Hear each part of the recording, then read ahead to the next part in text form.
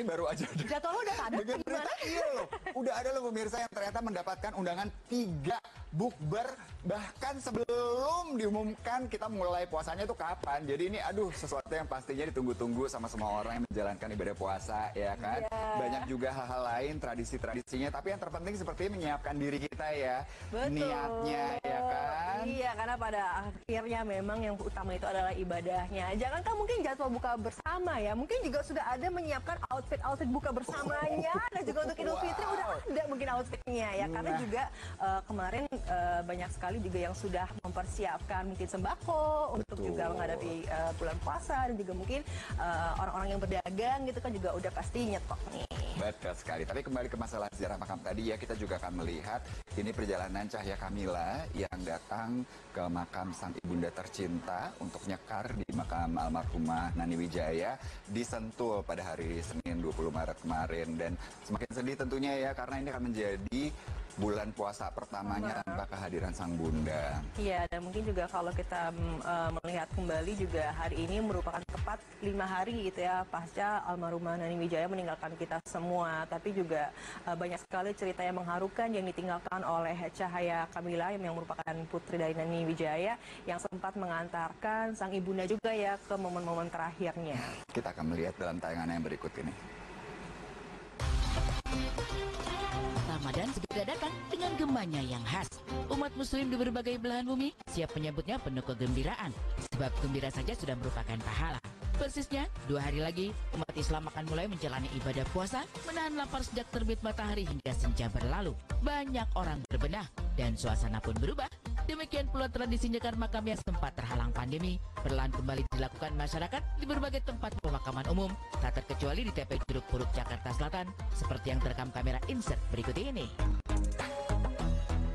Ya pemirsa, mendekati hari di mana umat muslim akan menjalankan ibadah puasa, nyekar menjadi salah satu agenda wajib juga untuk mengirimkan doa bagi para orang tua maupun kerabat yang sudah meninggal dunia. Dan pemirsa, di TPU Jeruk Purut ini nanti kita akan melihat berapa banyak umat yang mengirimkan doa dan nyekar untuk para keluarga serta kerabatnya yang sudah meninggal dunia. Saya ya sedikit sibukan sedikit, jadi waktunya libur hari ini. Iya. Jadi saya sempatkan untuk ziarah dulu gitu. Biasanya kalau pada dasarnya kalau untuk orang ziarah ya yang dibacakan kalau untuk umat Islam ya baca Yasin, kemudian untuk mendoakan ahli kubur, ya seperti itu. Ya, saya sama juga sama istri saya ya. Jadi kita lihat waktu aja, kalau ada waktu yang lowong kita akan usahakan untuk ada waktu untuk nyekar ke sini begitu. Ya, tapi bukan berarti setiap tahun kita lakukan ini ya. Jadi nggak seperti orang-orang lain tuh harus wajib, enggak. Karena kalau kita berdoa untuk orang yang sudah meninggalkan nggak harus ke sini ya. Cukup dari rumah udah cukup gitu ya. Wangi Ramadan mulai menyengat hati kaum muslim yang menyambutnya dengan sukacita. Seperti wangian dari bunga yang menghias setiap makam menjelang Ramadan. Sudah menjadi tradisi, setiap orang yang datang ke TPU tak sekedar mengobati rindu dengan keluarga yang telah berpulang. Lebih dari itu, tradisi menabur bunga di makam, lalu membersihkan nisan masih dilakukan para warga. Hal itu pun tak mengurangi esensi dari nyekar, yaitu mendoakan sanak keluarga yang telah lebih dahulu berpulang. Biasanya sih saya selalu bawa bunga sama mawar ya, bunga mawar khususnya. Suami sih nggak ada suka apa-apa, tapi ya karena lambang cinta kami aja gitu. Di momen Ramadan ini kan ada rasa kehilangan yang pasti kan gitu. Jadi kita datang untuk mengirimkan doa buat almarhum gitu. Ya memang udah tradisi ya, kalau nyekar itu ya bawa bunga, bawa air mawar, kemudian kita tabur itu tanda bahwa kita sudah datang ke makam itu gitu. Jadi kalau orang datang ikutnya sesudah itu dia tahu bahwa ada sebelum dia yang udah datang ya. Jadi artinya ada pemberitahuan aja. Jadi mereka juga senang, oh rupanya ada yang datang sini sebelum kita, gitu aja.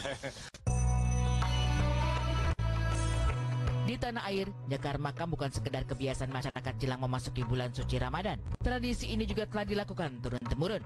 Mereka tak sadar datang untuk mendoakan orang meninggal, tapi juga sebagai peringatan bahwa hidup ada batasan yang bisa membawa kita pada kefanaan.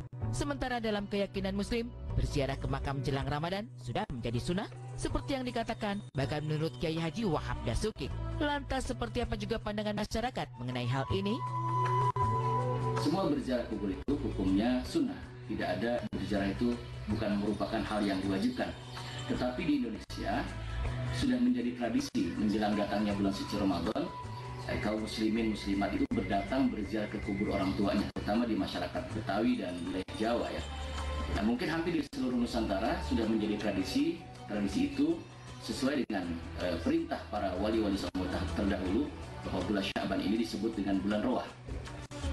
Mengapa disebut dengan bulan Roah? Karena di bulan Roah ini kita dianjurkan untuk berkirim arwah, berdoa, datang membersihkan kuburan keluarga, membersihkan kuburan orang tua kita dalam rangka sebagai bentuk pengabdian kita, sebagai kesolehan kita sebagai seorang anak. Dan berziarah kubur itu menjelang Ramadan tentunya sangat dianjurkan, dan selain menjadi tradisi, ini juga sangat dianjurkan. Dan di dalam Islam tidak ada larangan kita untuk berziarah kubur selagi tidak menyebabkan orang itu menjadi musyrik atau tidak meyakini bahwa kita meminta-minta kepada kuburan. Ada tebaran hikmah dan berlapis rahasia makna di dalamnya. Tapi Ramadan sebenarnya selalu datang dengan berkah tersendiri. Berkah ini juga yang dirasakan para penjual bunga yang sedikit merasa lega setelah 2 tahun tradisi nyekar makam ini sempat tertunda. Bagi sebagian pedagang, jelang Ramadan hingga Lebaran nanti, omset pendapatan sedikit berbeda. Namun pada Ramadan kali ini, harga permintaan bunga melonjak drastis.